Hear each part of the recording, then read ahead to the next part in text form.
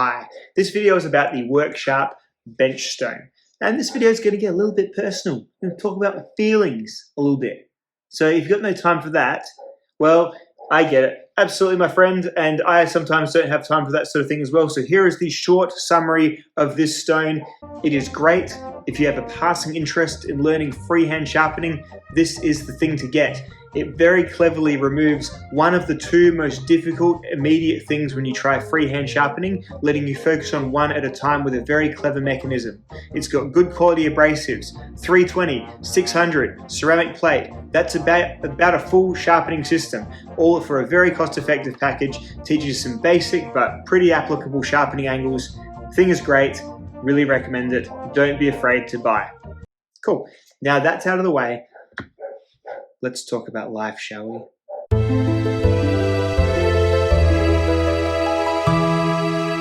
So I have a funny creative process where I make sort of rushes of content and then sort of get puffed out. It's slightly bipolar is probably the best adjective for it. I'm not trying to equate it with the illness of any kind, but it is definitely that. And often those massive crashes, those big lulls, are accompanied by, like, you know, usually life events or whatever, maybe even a different hobby distracted me for a while. And then I just find it really hard to get back to YouTube, and I feel bad looking at the channel and like, oh no, I need to make more videos. And it kind of starts to feel like work, and it's a rut that's sometimes a little bit hard to dig myself out of. I've probably had about 3 major ones in my time doing the channel that I can remember. And I've just kind of dug myself out of the most recent one. And my shovel was this guy here, and my wife. My wife was a shovel. So what was basically going on, about January, I returned to the knife hobby after a brief stint of like just doing some other stuff. And I was like, nothing interests me here. Every knife looks like a version of a Koenig Arius. Like, there are so many new brands. I can't keep track of a petrified frog and a artisan CJJB. Like, all of it was just too much. I just lost the interest entirely. Drowning, you could say. Drowning in stuff that I wasn't interested in. And so it was looking grim. And I've always had, the way this channel works is, I buy things just like anyone does. I see an ad for something, I see a product come out on Blade HQ, I see someone else do a video and I'm like, oh, that looks cool. I'm gonna buy that. I buy it with my own money, like the money that the channel makes and the patrons pay is like definitely what gets me probably 3 or 4 new things a month to make videos on and kind of keep the train ticking along, right? So the problem A was that I wasn't really interested in anything, and then problem B was that like money has just been tight and self-imposed tight. We're just spending like our other money on like putting it on the mortgage, like paying off the mortgage, putting the kids through music school, like buying them instruments, you know, stuff that I would, you know, probably faultlessly argue is a better use of money than me buying a new shiny knife every couple of weeks. So there was a couple of things going on. And so kind of like a lightning strike, right at the, you know, best possible time, Worksharp hit me up and were like, do you want to try some stuff? And I have a weird relationship with most like donation type things with companies. I very rarely say yes. I can count on 2 fingers the times that I've actually reached out. One was to Sal for a mule that I couldn't find, which he very kindly donated. And then one was like to Gerber years ago when I was like a new channel and I wanted some stuff, and yeah. And that's it really, unless I'm missing one. And sometimes companies will contact me if they can find how to contact me, which is deliberately not easy. And so yeah, it's kind of, once I get a knife for review, I often start to feel like it's work rather than fun. And I like this channel just to be fun. So anyway, Worksharp are one of a couple of companies that I probably would have a hard time saying no to, because it's stuff that, the worst thing is when you say yes to a product, the worst thing a product can be is just nothing. It's just like not bad or good, just like knife. Like, what's that knife that I was like, this is the most boring knife ever? It would be the, it's the Proelia,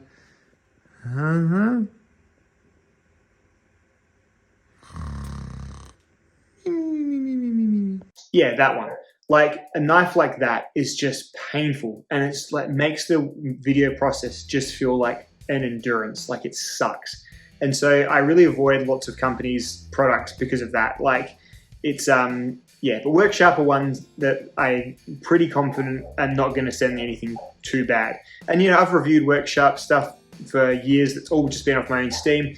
I think it's probably this guy. They probably like me for this guy. I've probably sold several units of this guy because this is, you know, we say it, probably the best like sub $70 knife purchase you can make overall. Like, it's that good. Good abrasive plates, basically like 5 different media to sharpen a knife on in such a small package, with guides also, and a leather strop. Like, so good. This is the guided field sharpen, by the way. So yeah, I was pretty happy what they were going to send me was going to be good, and you know, I was happy to kind of help them out. So here we are. But this is the thing that I looked at last. Like, this got here and I was like, oh, that can just sit on a shelf over there because that's boring. Because I'm a cool fixed angled guy and I get all my angles at 17 degrees, man. I get them all honed and angular and shit. And that was me. And I was like, fixed angled sharpening is where it's at. That's how I do all my tests. Freehand sharpening, that's for Uncle Randy's. That's for guys who write comments that look like the Star Wars intro. I need to freehand sharpen my wrist and lifting her elbow. All that sort of stuff just goes, you know, puts me to sleep, makes me feel like I'm going shoe shopping. So it just kind of sat there. I was like, I kind of know how to freehand sharpening, and if I really wanted to, I'd learn on my good Japanese Waterstones. But I really wasn't making many videos. It was still a problem. And then the second benefactor that came into this equation was my lovely wife, who was like, you should make some videos.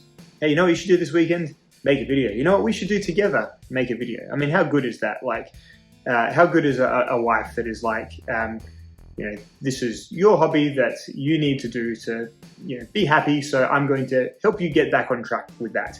Even though it probably costs us like a little bit of money from time to time, and it's weird, you have a shed full of stuff, and whatever, all the feelings that she probably has about it in her brain, she was still like, let's make a video, I'll be there too. And so we did. We made the wife sharpening video, and the first film, I believe, was on this one here. And it was when we started to use it together that I saw the fucking ingenuity of this. Because you know what this does? This makes freehand sharpening make sense. The thing I always stuffed up with freehand sharpening was the bellies. So you would, on a flat stone, you would come across and you would, well, I'm locking my wrists, aren't I? So you would come across, wrists locked, and just move it off like that. And what you're actually doing, because the edge here is lower down than the edge here, and you're not changing anything else, you'd end up just sharpening like a little bit below the edge on the belly part. And I just couldn't, you know, it frustrated me. I'd never get this part sharp. I was always like, it sucks. I can just do it on a KME. That's fine, right? And the most important thing that this does is that it takes that away from you. It says, hey man, you don't need to do that. We've got you. We'll do that part for you. You just focus on your wrists. And then over time, you'll see that what we're doing isn't so hard. And it does that by doing this. That's it. And this sometimes. And sometimes this again. Very, very simple little thing that takes away the belly problem and lets you just focus on your wrists, because it's the wrists and it's the elbows that are the core of freehand sharpening. So the wrists are keeping your knife straight on this axis going forward. So this axis here. Nice straight wrists. Often people move themselves from their waist even, at least from the elbows or the shoulders, but never the wrists, right? So that's the first axis, but that becomes a problem when you get to this belly part here, because again, everything sort of is a bit lower. It's a different part of the edge. The edge is a bit higher up. So you need to either lift your elbow, like so, get that belly full contact with that stone. Don't mind the skipping around. This is just me shooting from the hip. And what it does is, by rocking for you, it lifts its elbow for you, which is removing what I found the difficult part of the hand-eye coordination. It truly is like training wheels on a bike. And eventually you'll feel fine balancing your gravity and taking off the training wheels, clicking it flat and doing it yourself. Because you see that motion, you see, oh, that's not that hard and it's not that much motion. I can probably start to be a bit brave and start doing that myself. Really, really good. One of those simple, ingenious things, and I was so stupid, I didn't even realize that's what it was for. I just It's embarrassing, like dumb idiot. Like I was so preoccupied with my like fixed angled sharpening superiority that I didn't even think that something like this could just teach me basically the trick that would open the whole world of freehand sharpening up to me.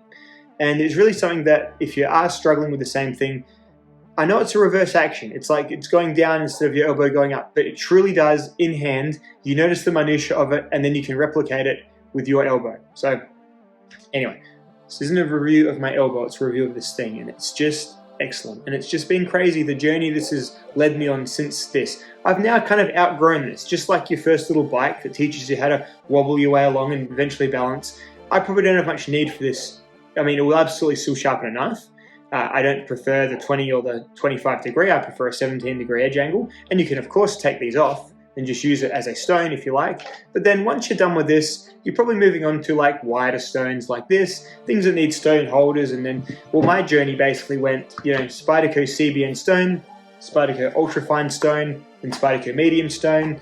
And then I got myself a double stuff to see if I'm very like brandish. I like when I'm going with something new, just like all the years ago when I got into knives, I knew Leatherman, so I started with Leatherman knives.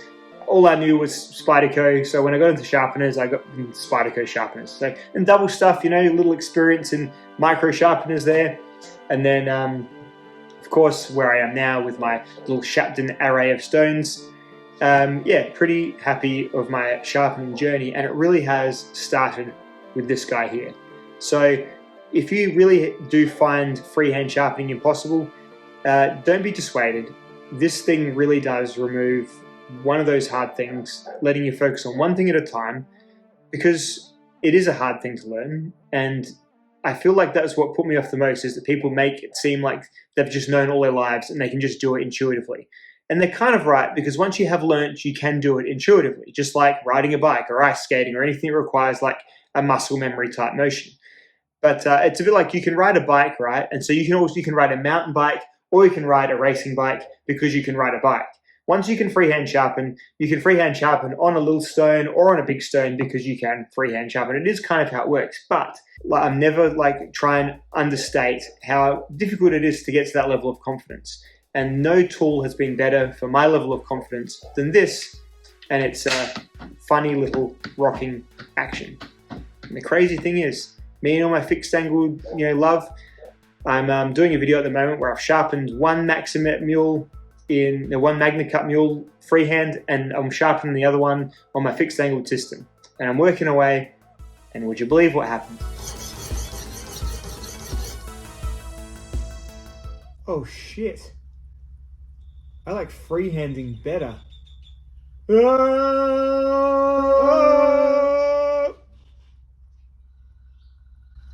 Consarn it.